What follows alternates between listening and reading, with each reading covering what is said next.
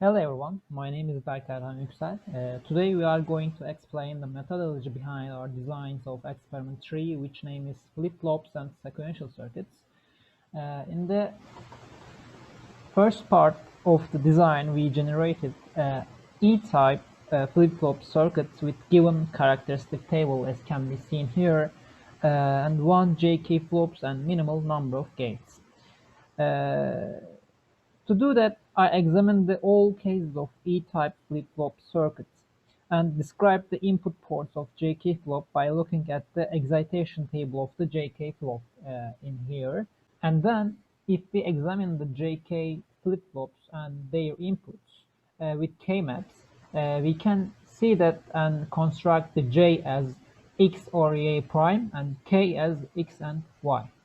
And finally, we set up the E-type flip-flop with X, Y clock inputs, one inverter, one OR, and one AND gate, and finally one JK block, as can be seen here in Quartus schematic file. In the second question, I designed mod-up 6 counter. And to do that, we need to convert our positive edge triggered flip-flop to negative edge triggered by adding one NOT gate in front of the clock. As can be seen from the graph and output waveform, we count 6 in here 0, 0, 0, 1, 0, 0, 0, 1, 0, 0. And to adjust the clear input to reset and clear the all flip-flops, we need to connect and Q2 and Q1 outputs to the NAND gates. Because of the clear low, Q2 and Q1 prime always take 1 and by counting 5. Then the circuit goes to 6, and in six case, and Q2 and Q1 prime is equal to 0. Then our circuit takes this clear low as 1 because of the NAND gate and clear all the flip-flops. Because of this logic wise, our circuit accounts up from 0 to 5, and to do that cycle with our output waveforms and clear inputs.